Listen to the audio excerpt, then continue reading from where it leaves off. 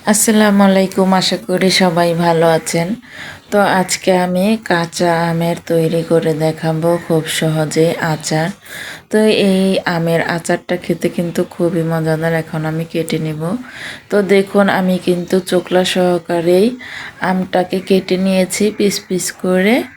তো দেখুন কতটা পাতলা রেখেছি। তো এই যে এরকম করেই কিন্তু আমি সবগুলো আম কেটে নিয়েছি। এখন এই আমটাকে আমি পানিতে ভিজিয়ে রেখে দিব। তো এই যে দেখুন পানিতে কিন্তু ভিজিয়ে রেখে দিয়েছি, 1 ঘন্টার মতো ভিজিয়ে রেখে দিব। তো এই যে 1 ঘন্টা পরে কিন্তু আমি আমগুলোকে ভালো করে ধুয়ে নিচ্ছি। এখন আমি পানি থেকে আমগুলোকে ঝরিয়ে তুলে নিচ্ছি। আশা করছি আমের এই আচার রেসিপিটা আপনাদের খুবই ভালো লাগবে।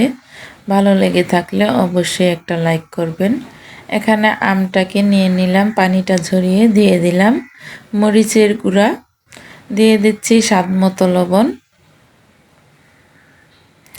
আর আমি এখানে দিয়ে দিচ্ছি সরিষা বাটা। কমেন্টে জানাবেন আমার এই রেসিপিটা কীরকম লেগেছে। তো এখন একসাথে ভালো করে মিশিয়ে নিব। তো দেখুন আমি কিন্তু ভালো করে মিশিয়ে নিয়েছি। এখন আমি চিনিতে আমি শুকিয়ে দেব, এই রোদ্রে শুকিয়ে নিতে হবে এই আমগুলোকে। তো এই যে এখানে আমি নিয়ে নিলাম, এখন আমি রোদ্রে ভালো করে শুকিয়ে নিব। তো এই যে রোদ্রে শুকানোর পরে কিন্তু এরকম হয়েছে, দেখতেই পাচ্ছেন। ভালো করে আমটাকে শুকিয়ে নিতে হবে। আমি 2 দিন শুকিয়ে নিয়েছিলাম। তো এখানে দেখতে পাচ্ছেন শুকনো মরিচ নিয়েছি। এখন আমি শুকনো মরিচটাকে ভেজে নেব। মাটির চুলায় আজকে আচার তৈরি করা হবে।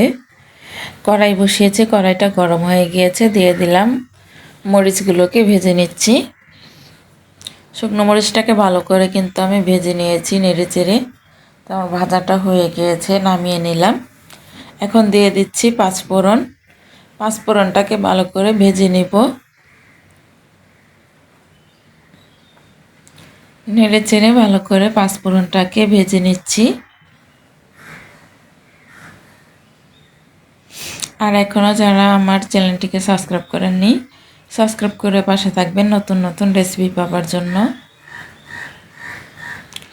তো পাঁচফোড়নটা কিন্তু ভাজা হয়ে গিয়েছে, নামিয়ে নিলাম। পাঁচফোড়নটা আর মরিচটা কিন্তু গুঁড়ো করে নিতে হবে। আর এখানে কড়াইতে তেল দিয়ে দেওয়া হচ্ছে সরিষার তেল।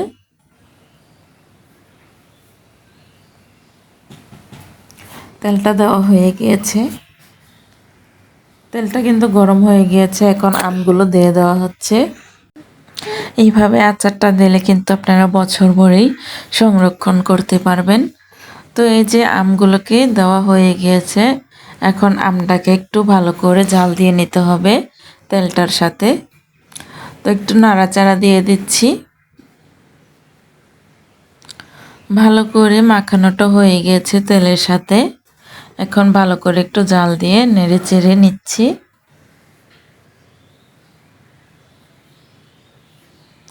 এভাবে একবার আচার তৈরি করে দেখুন, খেতে কিন্তু খুবই মজাদার হবে। তো এখানে পরিমাণ মতো চিনি দিয়ে দিচ্ছি। আমি কিন্তু এই আচারটা টক মিষ্টি বানাচ্ছি, তার জন্য চিনি অল্পই দিলাম। তো একটু নাড়াচাড়া দিয়ে দিচ্ছি, ভালো করে মিশিয়ে নিতে হবে। এখন আমগুলোকে ভালো করে জাল দিয়ে নিতে হবে। তো এখানে স্বাদ মতো লবণ দিয়ে দিলাম, নাড়াচাড়া দিয়ে দিচ্ছি।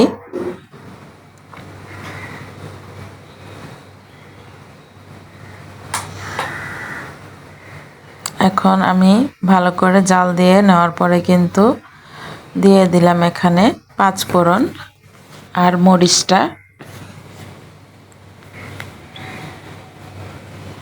তো এখন আমি নাড়াচাড়া দিয়ে দিচ্ছি।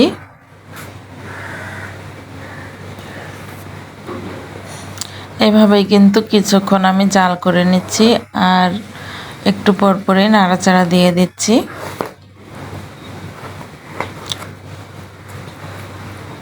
তো তো দেখুন আমার কিন্তু আচারটা কিন্তু তৈরি হয়ে গিয়েছে। দেখতেই পাচ্ছেন কিরকম হয়েছে আচারটা, আর এটা খেতে কিন্তু খুবই মজাদার।